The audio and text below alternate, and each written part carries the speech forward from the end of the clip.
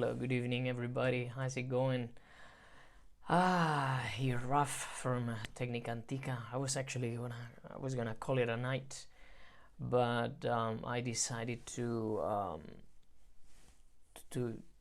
basically say hello. I'm still here because I have not recorded a tutorial in a while, and this is due to that actually I went through surgery about 1.5 weeks ago, more or less. A bit less. But yeah. So I have been out of the game, in a way, out of the game. But I wanted to say, hey, I'm still here, and although I'm not gonna make a tutorial singing, I wanted to talk about a very, very important thing, that is repertoire. Now, sorry, long day. Now, the repertoire I'm going to talk about is basically classical. That doesn't mean that obviously you have to sing classical. However, regardless the style, or the genre, of music you're gonna sing, training in classical singing can offer you, how could I say, a very complete spectrum of how to manage your voice under any circumstance. And the only difference is gonna be how you color it, because the voice functions in a way, and I cannot say that it's universal this way. There are different methodologies and whatnot, but we need to find not only the simplest, but the one that really resonates with us. So I'm not saying that, for example, I have rock and roll singers in my studio, and what they are doing is that they are singing, for example, Queen, but the exercises that they are doing to build their voices, to make their voices strong, are what I use with also with classical singers. So let's not mix things, okay? What I'm trying to say is that classical singing exercises are gonna help you build your voice, and then you apply that to the repertoire that you choose. May it be rock and roll, blues, musical theater, B&B, whatever. Okay, whatever. So there is a huge I would say controversy about what repertoire you should choose at the beginning, when you start embarking in this adventure. And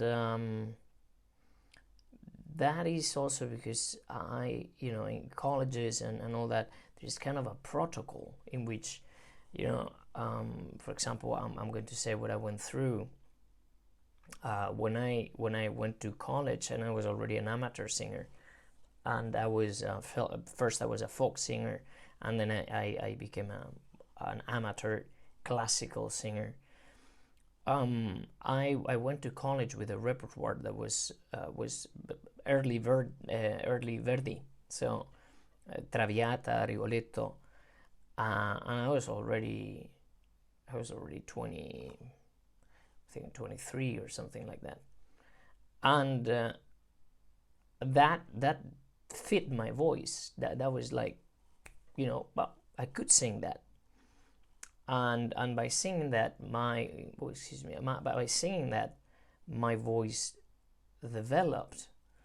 But all of a sudden, because I had to go through the protocol that they had, my voice got smaller, and they caged it. They made it, they basically put it in a cage, perhaps I learned other aspects of singing, such as, I don't know, legato, and we'll talk about this in a moment. Legato singing, line, right, and style, and so on and so forth. But actually, the main issue was that actually I went in, I entered college with a voice that was, I believe, fuller and bigger, and when I came out, that voice was like downsized. It was like it had shrunk. Why? Because the protocol said that first you had to sing arie antiche, which are, these guys from the 17th century, Bononcini, Scarlatti, which is marvelous music, wonderful music.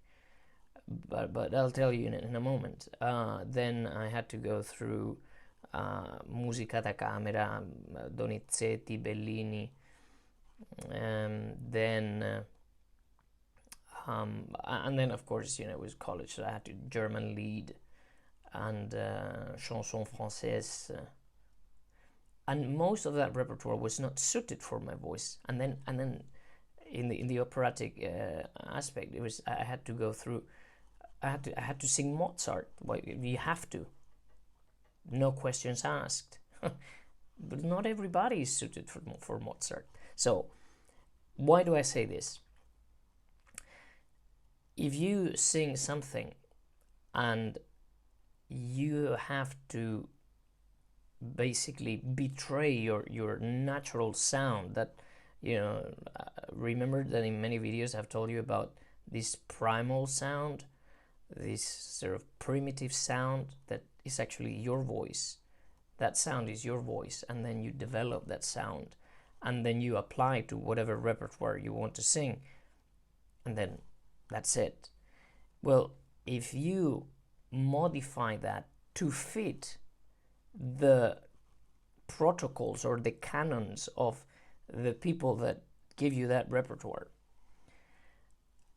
it's game over. So I will put an example. You imagine you have a meaty voice, and you go to a teacher, you go to college or whatever, and then all of a sudden you have a lot of beef. Maybe you are young, so they tell you, okay, you gotta wait, which I recommend as well. Just take your time. But then all of a sudden they give you these Bononcini, Scarlatti, Caldara, I don't know, and they don't allow you to sing it with your, let's say, natural voice, with maybe, your voice. I'm not talking about volume, but I'm talking about freedom. People confuse oftentimes volume with freedom.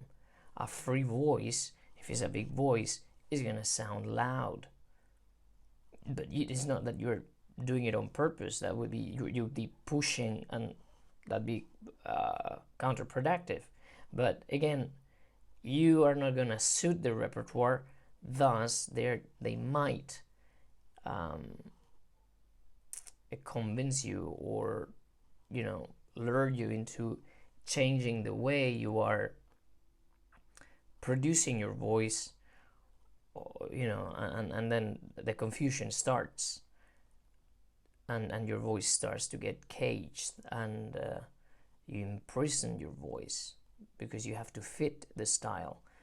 And then they give you Mozart, which is like, really strict in a way. You cannot take any liberties, freedom, and once again,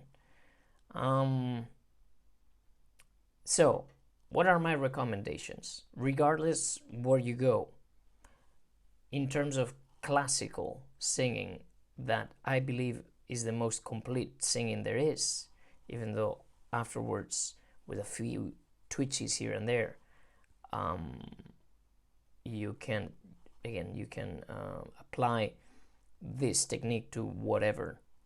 I mean, I have, I don't know if I've said it already, but I have rock and roll singers in my studio, and they're singing Queen, they're singing, Freddie Mercury stuff, but the exercises that they are doing to build up their voices, to sustain those, you know, pitches and that intensity, are classical orientated exercises.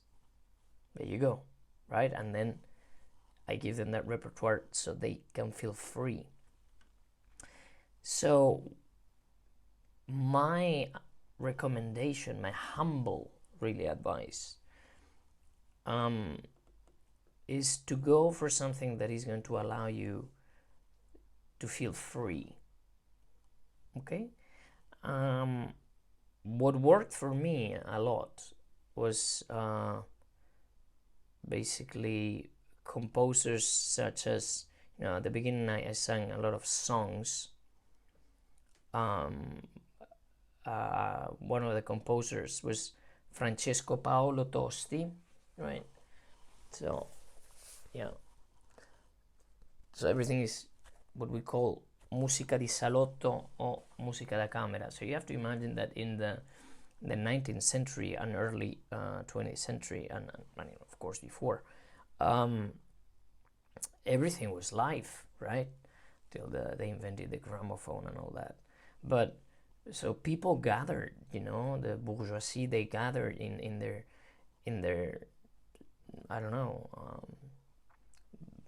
dining rooms or living rooms, you know, spacious, and people would sing and play and all that. So everything was live. So this music was composed for those atmospheres. It's kind of intimate. So that camera is small. So Francesco Paolo Tosti, why? Because he's going to give you the freedom to sound with that primal sound, but at the same time he's going to start teaching you concepts such as line, you know, to have line, not to be chopping every phrase, and what we call fraseggio, so how you basically shape the songs and the intonation, you know. It's really, really, really good. Another very, very, very, and very, very underestimated composer, Stefano Donaudi. Yeah, it's another one that I really recommend. And you say, hey, everything is Italian. Yes, because Italians really, you know, they have that characteristic. I'm not saying that other languages do not have it, but if you compare this to, for example, German Lied, Schubert, Schumann, Wolf, Strauss, you're gonna find that, yeah, you start to cage in. But with this, bam, you can really expand. Then you get into, you know, I would say like half and half, it's a midterm. And then you would go to also composizioni da camera, but for example from Bellini and Donizetti, and perhaps Verdi as well. They're not so nice, actually, Verdi. But for me, the most beautiful ones are the Bellini ones. And they give you, again, they give you the possibility of unleashing your voice, and at the same time learn many concepts of interpretation and so on that you're gonna need for anything. If you want to sing opera, you're gonna find that actually Bellini, most of his composizioni da camera are later on incorporated in operas. So the bastard, he borrowed that song and then he made it into an aria and you know, yeah, because these guys, they used to steal themselves, you know, pieces. That's for another video with Rossini and Donizetti. That's why they wrote so much music. So if I have to give you some advice about how to begin, apart from taking some opera arias and stuff, and regardless if you are a man or a woman, I would take a look at these composers: Francesco Paolo Tosti, Stefano Donaudi, if you are allowed to, sing Aria Antique with your voice, not with the voice that somebody else wants you to sing it, go for it. Why not? And then Composizioni da Camera from Bellini, especially, and then Donizetti. And from then you start to move on. And once again, you don't have to sing Mozart just because they say you have to because you're young. No. Is Mozart going to teach you a lot of stuff? Absolutely. There's no, but I believe you have to give priority to freeing your voice. So those are my 2 cents on the subject, and take it or leave it. I it's my humble advice. But anyway, I just wanted to reconnect with you guys, and I'll start making more and more tutorials. I have plenty of ideas, and please, if you have any how can I say, any I don't even know, I'm too tired. Just anything you need, anything you would like to for me to make a video about, please don't hesitate and leave it in the comments and send me an email or whatever. Okay, I'll be more than happy to comply. Yeah. Okay, so again, now comes if you liked it, if you liked the video, just like and subscribe and whatnot. Just enjoy. I hope it helped, and if it didn't help, we'll just watch something else. Once again, I'm here to help. I hope you have a great evening, and you're all well and healthy. And so I'm signing out. Okay, bye bye. Be very bad. Ciao.